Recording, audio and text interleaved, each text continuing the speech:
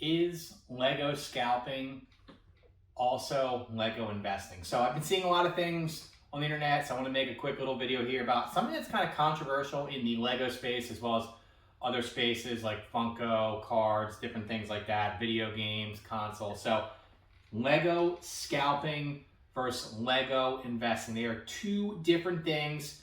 And personally, I don't have a problem with either one of them. Like, they're not going to go away no matter how much people complain about it. So first, and this is going to be a quick one. If you're new here, slap that subscribe button. We have cool videos coming up here. So Lego scalping. My definition of Lego scalping would be buying a newly released set to resell it at a premium. So typically what will happen is like a new set will come out. It's happened many, many times. 5 of the First Battle Packs, for example, the ATTE, the Millennium Falcon UCS set. So what will happen is people will buy it for retail price when it first releases, or buy multiple of them and then resell them because they'll be out of stock. Now, I don't have a problem with it, but if you don't want to support it, then just don't buy from a scalper. So some things that people will say is, oh, it's not fair because they're buying it and now like little kids can't get it or collectors can't get it. Look, every single Lego Star Wars set, every single Lego set for the most part are direct to consumer.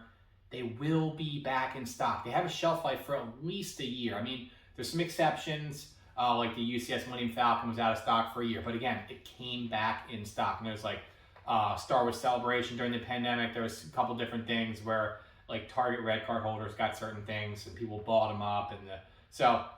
But for the most part, I would say 99% of sets have a shelf life of at least a year. You don't have to buy it right away from a scalper. So if you don't want to support that, just don't buy it from them. It will eventually be in stock. You don't have to worry about it. It's not that big of a deal. Just wait and you'll get it on sale. So that's what I consider Lego scalping and some of my ways to kind of combat Lego scalping. Look, I'll be honest with you.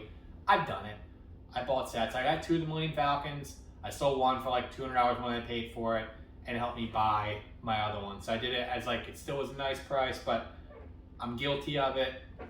I just don't find a problem with it. Like, there's going to be impatient people out there. I'm one of them sometimes. So just, if you don't want to support it, don't buy it. That's simple enough. But I do appreciate that some people do put in the work. So if you're a scalper, that's cool. But I appreciate that some people wait in line for hours. Some people get on their phones right at midnight when it releases and they buy the sets, they put in the time. And some of us that don't have the time to wait in line or don't feel like staying up late, you can buy it from somebody who is scalping. So next up, Lego investing. Now I will tell you this right off the bat, I don't have any advice to give you for Lego investing. I've invested in some sets, I buy sealed sets, I've done it, bought minifigures, but I'm not giving you any advice on what to do. What I will say is Lego investing is buying Lego to hold it and sell it at a later date. The thing about Lego investing versus scalping is Lego investors, they don't buy sets when they first get released. They buy sets on sale. They buy sets on clearance. They buy them in bulk on sale because at the end of the day, they want to sell it for a higher price later on. But there's things like fees if you're selling online, like eBay, Mercari, Bricklink, all different things like fees. So Lego investors, they don't buy sets as scalpers. They never buy sets for full retail price. It just doesn't happen. So they buy it, you sell it at a later date. Now, they actually have to hold physical inventory. So they have to hold inventory and kind of keep it in a space. Lego's bulky, so it's not something that I personally do like long term, but like sometimes I buy duplicates of a set and I buy them with the thought of, oh, I'm investing in this and I'll sell it later. I never sell my sets. So like for me, I don't really invest. I just buy them and then I see that they go up in value and I have them and then I don't want to sell them because I don't want to get rid of it. But that's just kind of how I do it. Now what I will say is Lego investors also do things like buying in minifigures. They buy new sets. You can buy like a figure that you think is going to go up in value. Like for example, the 332nd Trooper. People thought that was going to go up in value, so they bought a bunch of those. 5 of the 1st Troopers. They thought they were going to go up in value. And I'm not saying what the value is now as compared to what they bought it for, but it happens.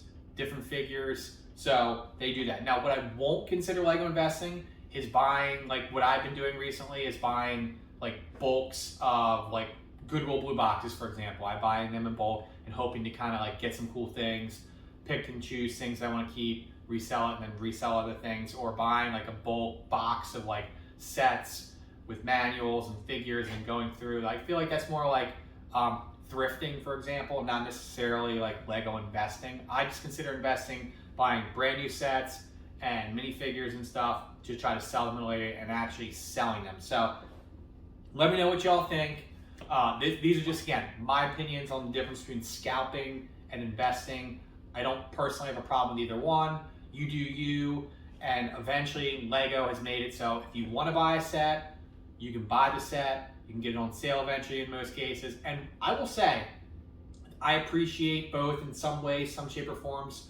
Again, I said I appreciate scalpers because they put the work in, the time, they get some of the sets, and then if I want it, I can buy it from them even when it's out of stock. And then Lego investors, I appreciate them because I'm new to the game here. Like I've only been collecting since the Millennium Falcon was released. I think it's like what, 6-7 years or so. So not only am I building my collection forward, so every time new sets come out, I buy them, I'm also building my collection backwards. So I'm looking to get retired sets that they're retired. So Lego investors have those sets. I buy them from them, whether they're brand new or whatever the case is. But some of those investors have bought sets to sell at a later date, and I appreciate that happened because otherwise I wouldn't be able to get it unless I try to get it like in a bulk lot used and clean it up or bricklink different things like pieces. Like I want to have a full set. Sometimes I want to have it brand new. So I appreciate both ends of it. So again, let me know what y'all think.